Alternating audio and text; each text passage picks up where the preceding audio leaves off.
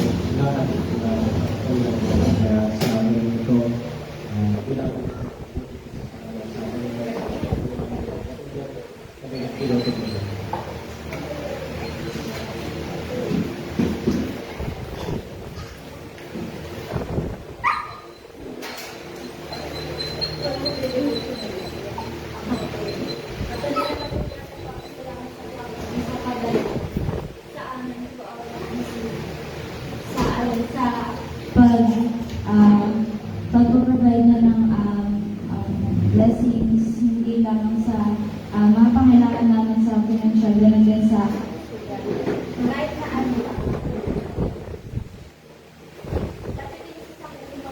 Lalo na sa baga. Ayun. Pero yung kapulan ng Panginoon na magkaroon ng pero kami na pinagigil sa natin sa pagkakaroon ng tanggap ng gamot sa mga medical center. Kaya talagang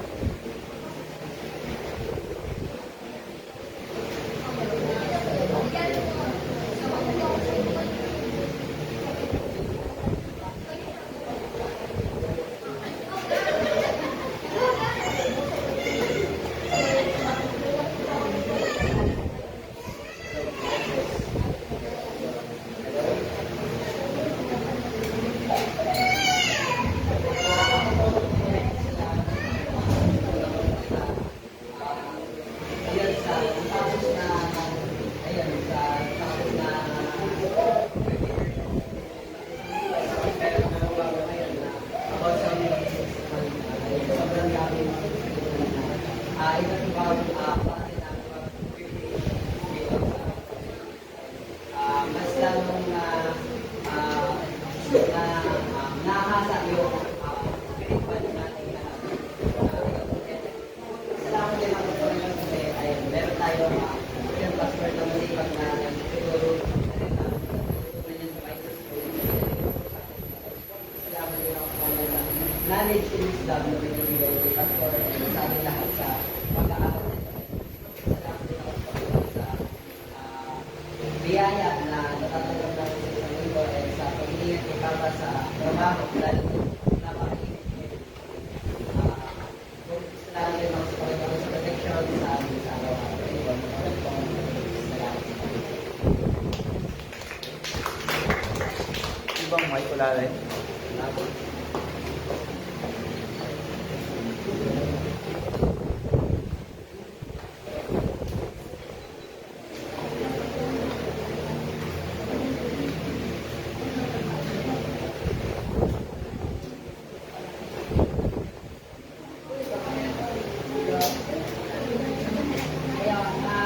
Nangyari.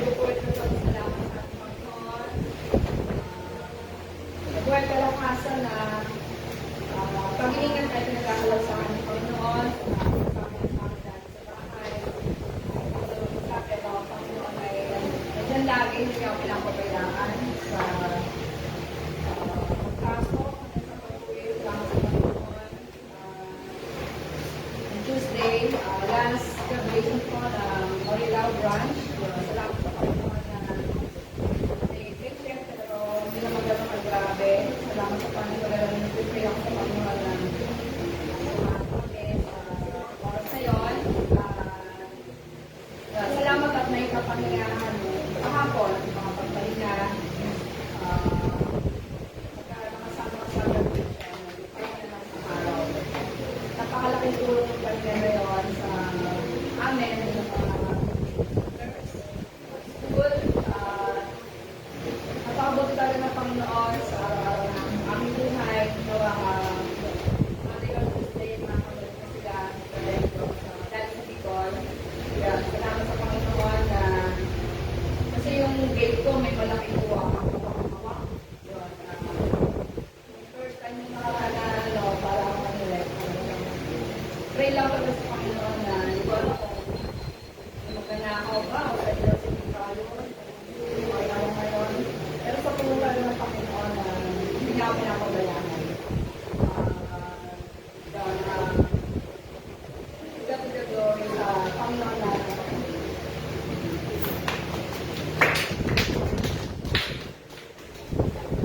Ayan, ako rin, bulit ko pasalamat sa Panginoon sa patuloy niya pagkabay protekta sa amin. Bulit ko pasalamat sa Panginoon sa protection, patuloy niya pagkamahan sa mga pagkabay sa buhay. Bulit ko pasalamat sa Panginoon dahil wala kami magdaturuan sa sakit at mga bakaran. Kami po salamat sa Panginoon sa patuloy niya pagkabay sa akin sa mga buhay sa pag-alala rin sa mga salita na mahawak ko. Salamat sa Panginoon sa bawat isa sa bahay na hindi ko ang lahat ng pagpunod sa natin.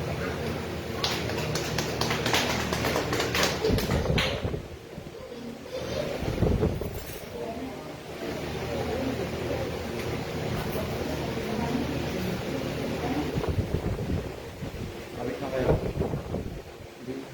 Wala na, baka meron pa. Ayan o, meron naman ah. Meron naman.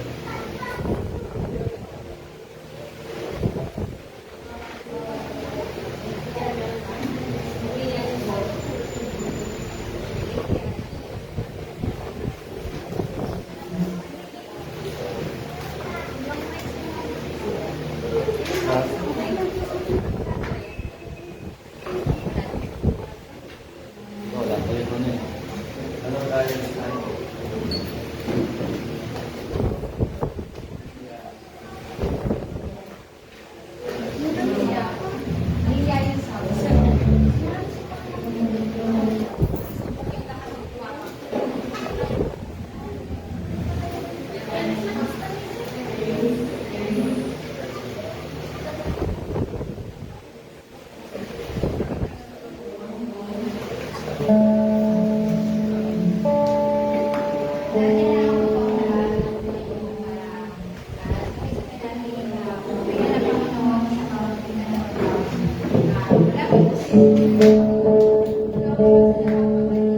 wala niya, nagtitigan.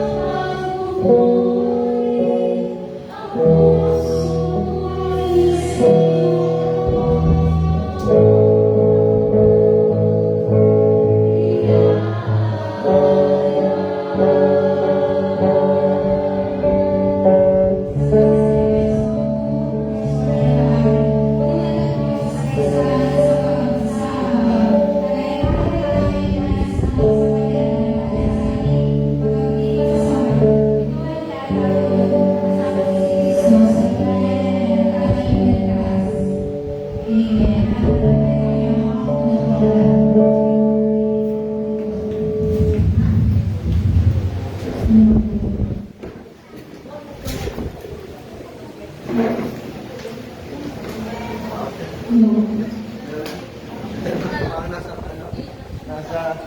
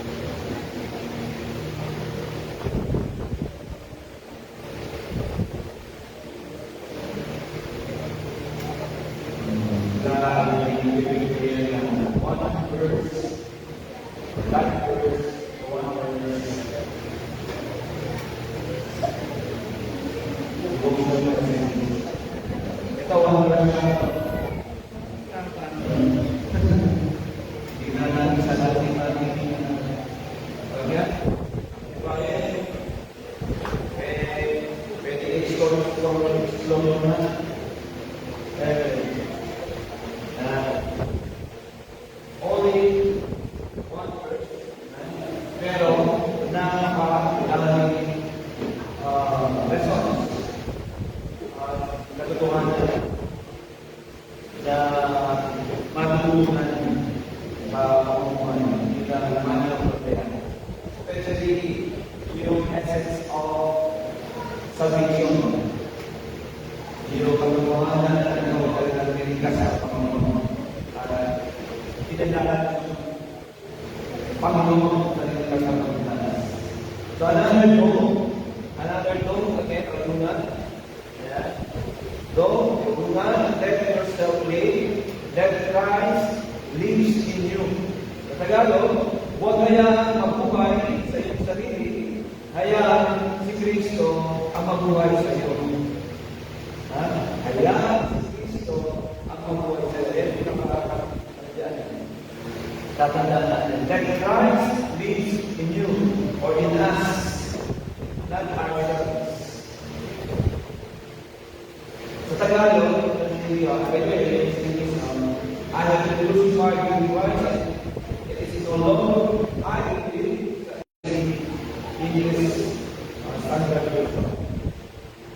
But Christ who lives in me, and the life I alam ng Diyos sa akin ay pinipili at pinibigay ang kanyang sarili lahat sa akin. Alam niyo, yung unang pinagawa ng devotion sa ito yung text na ginagawa ng Galatians 2. Sa Tagalog version ko, yun siya. Ginawa ko. Nakakuha ko ang tatlong katotohanan ko. Buhay kay Kristo, o buhay kay Kristo, namumuhay kay Kristo, at namumuhay para kay Kristo. Yan yung nakukunan na tatlong puntos sa aking unang devotional message. Kaya yung mga nag-aral ng how to study the Bible, last night, yung electric basic, prepare na kayo within this next week. Tapos, pag-pwede ko, start na kayo. Sabi ko na kayo, mag-ulan tayo. Ay, pero lang muna. May gasis sa Winnie. Usually, this Winnie. Yan, palamutan tayo. The month of May, dalawa o tatlo, kasama dito. Tama ba ako? Pwede ba yung disco? So, pwede kayo mong gawa namin na yan. Nasagutan niyo mga kaya, no? Yung, in answers. bago na, enhancers, introduction, so makikita ninyo sa mga brothers and sisters, na halos wala na magkaasa. Kahit malayo sa pamilya, dahil ang mga ikaw na konsig, yung struggle, first struggle na mga nag-auro. Kaya si Nagagad, sa Israel, nag-log ng mga doon, sa unang homesick. Dahil malayo na sa pamilya, nakagawihan mo sa mga pamilya mo. Hindi naman, nag-iutan. Kasi nga, parahin, nagtang na yung kanyang pag-auro. Babayan pa siya. At lumaan sa depresyon.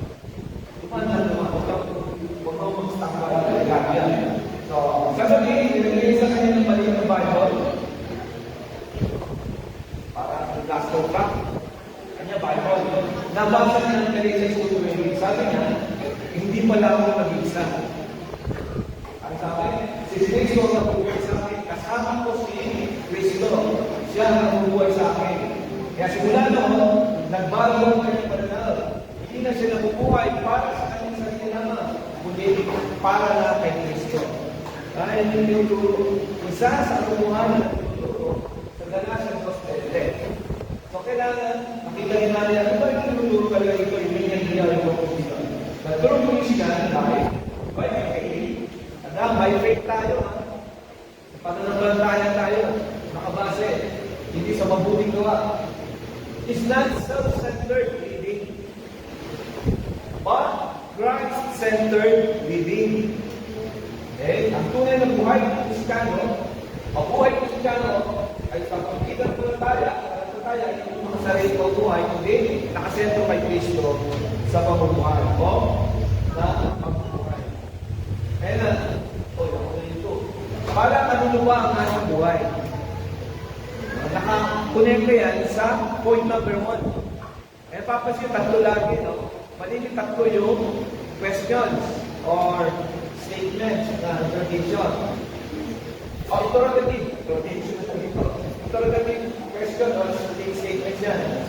Sino ba talaga ang nabubuhay sa ating ngayon, sa buhay natin? Tayo ba? Sarili natin? O si Kristo? Ha? Sa verse na ito, meron bang both? Makikita tayo? Wala no? Kaya or, it's either ourselves or si Christ. Ha? Kaya sa natin, pwede na both, no? Kaya o or. Pangatlo, ano ibig sabihin ng Christ lives in me? Ano ibig sabihin na si Kristo ay nabubuhay o namumuhay sa akin o buhay sa akin? Tignan din natin background, napakalaga po niyan. And then yung theological context. Sinulat nito ni Apostol Pablo sa mga sa iglesia sa Galacia, na nakaka-encounter dati po silang mga Hudyo na nanunumbalik silang parang may doctrine na pigilan noon na tinatawag na legalism na kung sa tinuturo ay magpa-born again ka o maging born again ka pero kailangan magpa-tuloy o circumcise na i-require na law. Kapag hindi mo sumunod doon, hindi ka tunay na Kristiyano. So, sinulungan niya ng Apostol Pablo. Sabi ng Apostol Pablo, Christ is enough. No? The salvation message of Christ is enough. Hindi na kailangan pa ng law o mosaic law. So, kaya nga, ang central doctrine dito ay justification by faith alone. Natawag sa Reformation na sola fide. Fide means faith. And sanctification process theology. Okay? Sanctification process theology. After our justification, we proceed to sanctification na pinapagibatan tayo ng Diyos. Pangatlo, verse ito ay mapakita na ikipag-isa kay Kristo. Yun yung Christ. And the inner man, bagong identity with Christ. Mamaya, makita niya yung identity with Christ natin sa pangitang version. So sabi doon, the crucified life. Patay na tayo sa sarili. Buhay na tayo kay Kristo sa pananampalataya. Okay? Ayun tayo napako kasama ni Kristo. Namatay na rin tayo kasama ni Kristo kasi namatay siya sa krus. Okay? Eh sabi ni Apostle Paul, ang crucified with Christ. So, yung kanyang old self ang tinutukoy ninyo, old life, yung tinutukoy sa first Corinthians, kasi Corinthians 5:17. So, unong namatay, death to sin. Namatay sa kasalanan. Sabi sa Romans 6:6, the old self, old man, is crucified. Kaya hindi na tayo naging pinakasalanan. Eh sabi na sa ibang talata, hindi na nagpapatuloy sa pagkakasala ang lakay Kristo na. Hindi lang pagbabago, kundi pagmamatay ang dating pagkatao. Okay? Spiritually speaking, baka magpakamalay sa natin. Alam mo, mabuhay kay Kristo, hindi ko yung selfish, righteousness, self-righteousness, selfishness, self-desire, for self, sarili natin ang inisiplan. So, death to self, ayan, sunod, death to self. Kaya sabi sa doon, deny yourself and carry the cross. Kaninong cross yun? Kay Kristo. Kaya mahirap maging Kristiyano ng kapatid. Pero may eternal value or reward na magpapakalan. And then pride, ego, sariling plano, ay pinako na sa krus. Lahat ng mga bagay na makasarili na wala sa kalooban ng Panginoon.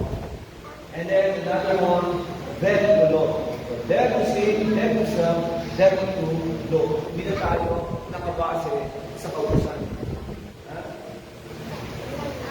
Hindi na tayo by the law, by the grace of God.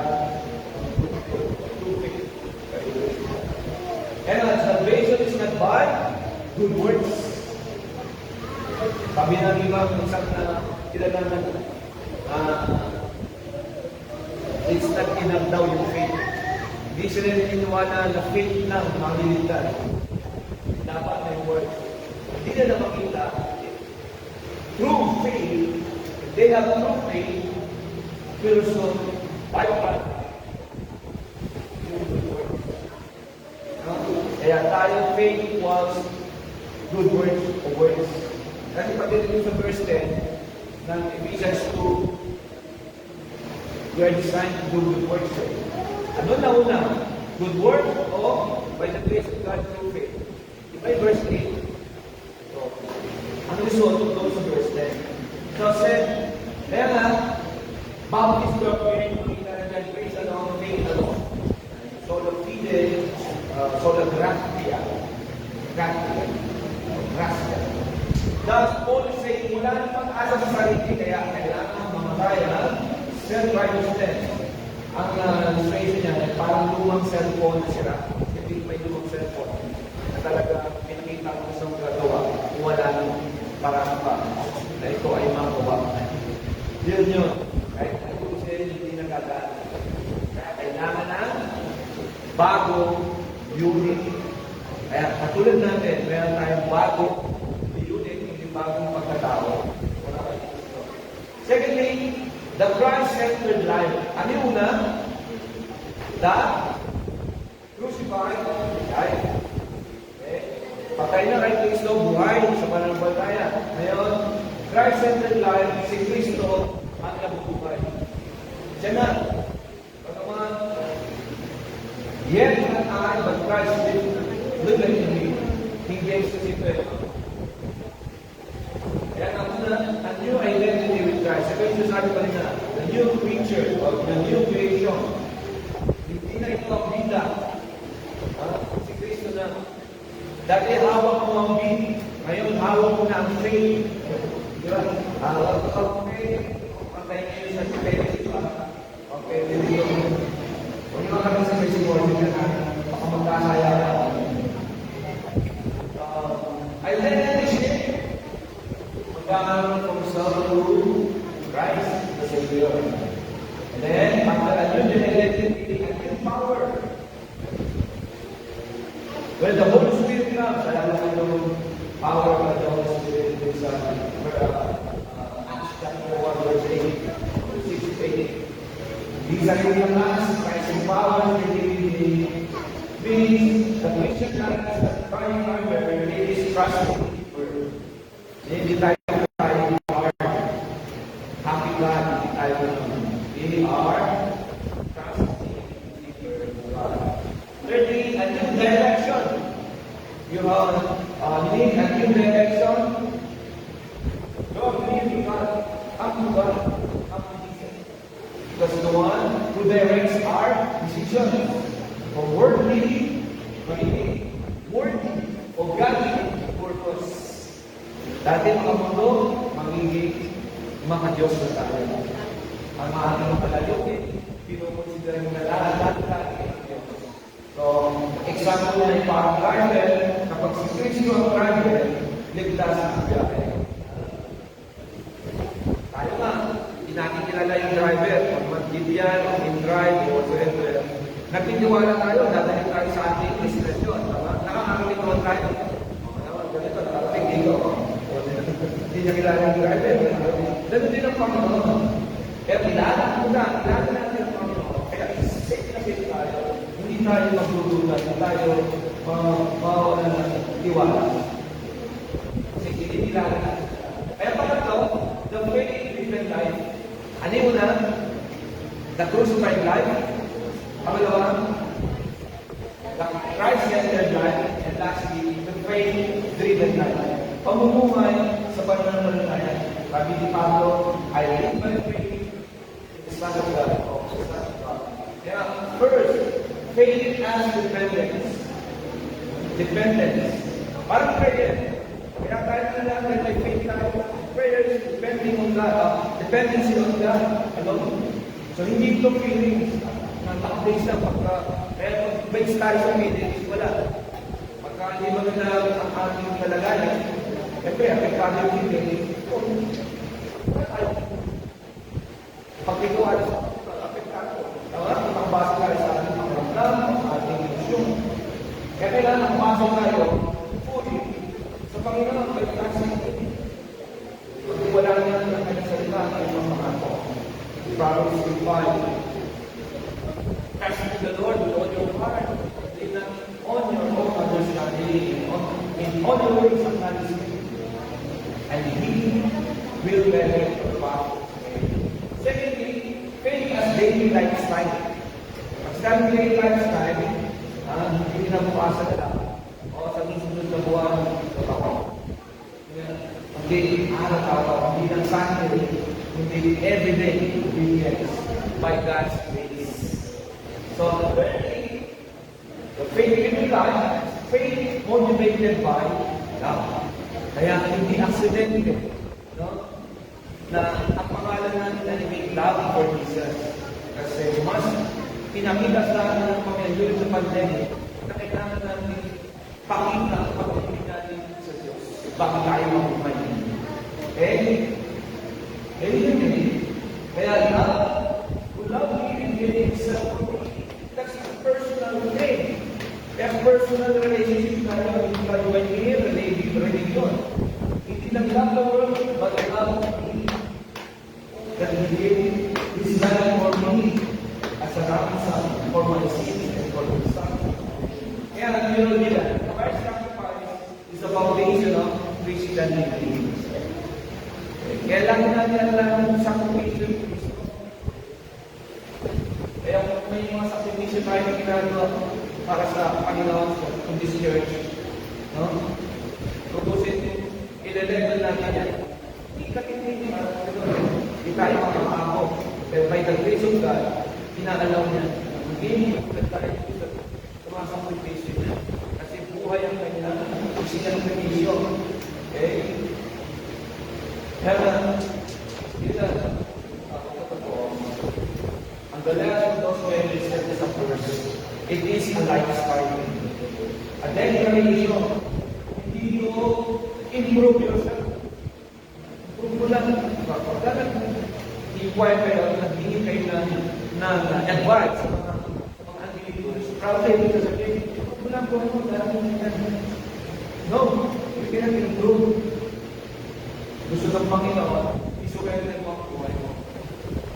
Bago unti-unti mabago, ayon sa Kanya, gusto.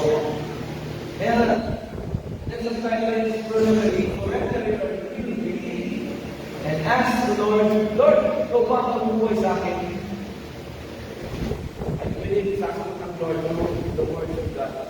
Through the cross, the message of the cross.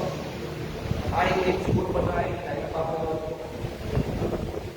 Maalala ko ang ginawa ng Kristo sa iyo. Kaya, daily prayer. Una, Lord, we truly pray. Feel his values, crucify the flesh, and walk by faith and not believe. Okay? Kaya, final challenge, dati mag-believe na una yun. Pray here. Kung si Kristo ang napatay, papatay ko, handa ka bang mapatay sa sarili para sa kanya. Kaya, hindi ka na dapat ang bubuhay si Kristo na. Kaya, let's pray for this. Let's pray wholeheartedly towards God. Ready? Go! Panginoon, pako, ating sarili sa krus, nabayaran ka ang buhay sa aming araw sa pangalan ng Jesus. Let's pray. Thank you, Lord, for the message or for the truth we have learned. We pray we might apply this to our lives daily and always remember you the cross of God pay for our sins. Salamat po. And now, salamat po ng marami mga patuloy na yung maalala at kapawanan hanggang sa pamilya na tiniraman dito sa lugar na natin ito. Gabayan mo na mga kasalanan at gawin sa mga kayo.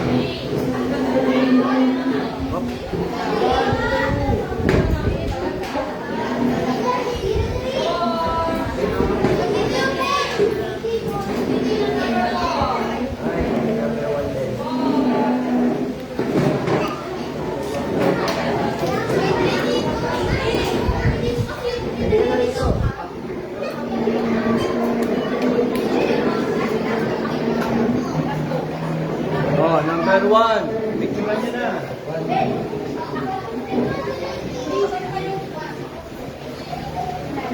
Number 2. Number 2. Sige, ako number 2 pa. Picture kayo.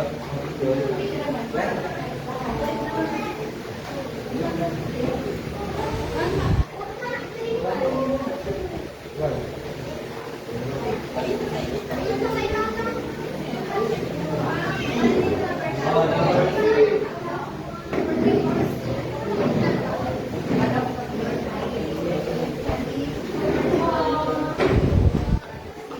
Number 4. Ay, yung number 25, okay na. Ano pwede natin palit? By the way, yung service Sunday pwede natin si Pastor Arnel. Yung ating guest speaker.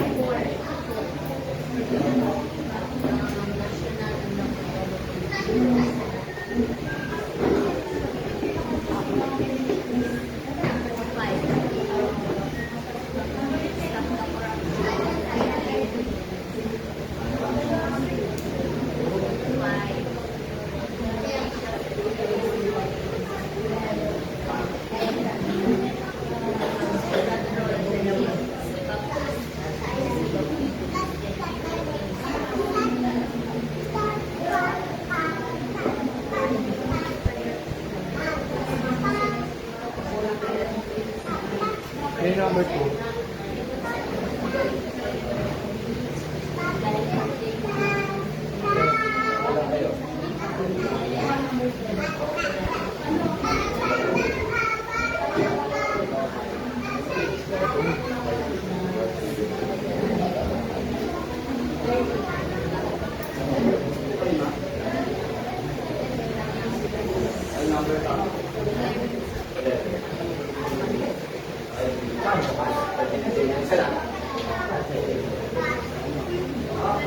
Wala kami. Flight namin.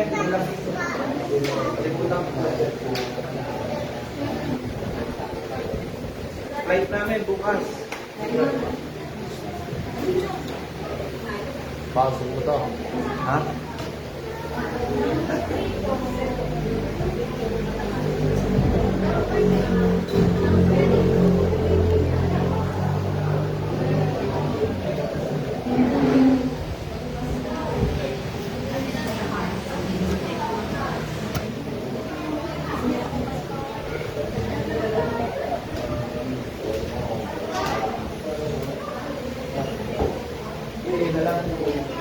Oh. Ang number? 8.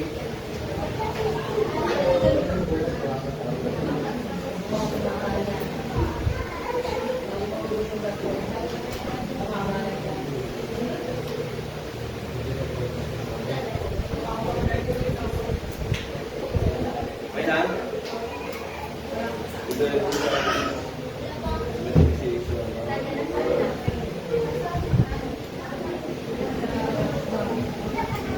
Good girl.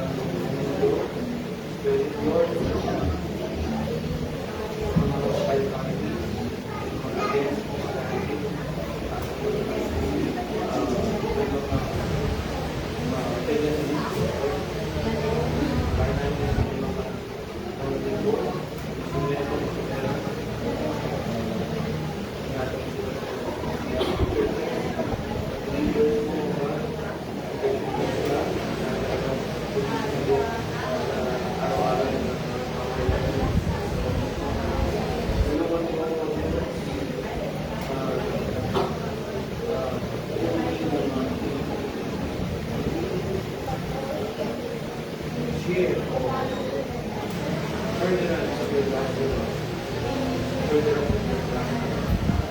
Lord, if there's something that you will give na, dapat mo ang mga lahat para mga yan. Dalaganin ko Diyos, may isa, langit, lahat ng tao, kahit salamat, Lord, magpapalip po. Ako, Lord,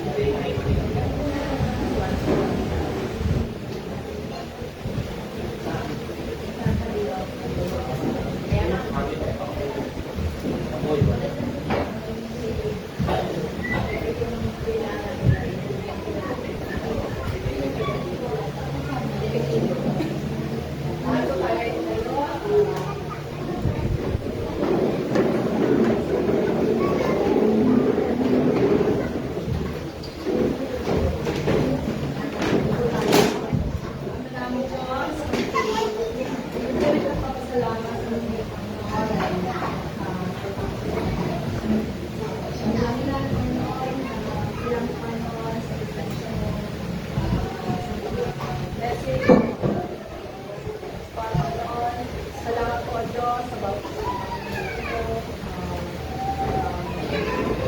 laging lumalakot sa Panginoon. Ang damang pasakot sa Panginoon. Salamat Panginoon sa bawat sa amin. Ito po ang pulit ang kasalamatan sa lahat ng oras, sa lahat ng bagay Panginoon. Salamat Panginoon. Labay namin ang pulit ang salamat sa Panginoon. Amen. Okay. Paano nga yung mga bigas, pagpayin natin, salamat tayo sa nagkaloob. Tatlong sakong bigas yan para sa JRFC. Ito, nasa dulo. Pagpayin natin, masalamat tayo sa Panginoon. Lord, salamat sa patuloy mong provision sa AJFFC na ikaw po ay gumagamit ng mga tao, Panginoon, para ipadama mo ang iyong pag-ibig at pag-ibig din sa iba. Nakikita nila yung privilege and opportunity to share the blessings to others. Kaya ang dalangin namin, O Diyos, na sa loob nito, pagpalain mong lubos siya at buo niyang pamilya, kanyang sambahayan, O Diyos. At ingatan sa araw-araw ng kailang pagtatrabaho at ginagawa sa kanilang buhay, kanilang pamilya. Ilayo mo sa ng karamdaman at kapahamakan at lalo na ng gawa ng kaaway. Salamat po ng marami. Nawa one day, ang mga AJFC members ay maging katulad din ng mga taong katulad nito na handang magkaloob at magbahagi ng kanilang mga blessings. In Jesus' name we pray. Amen. God bless.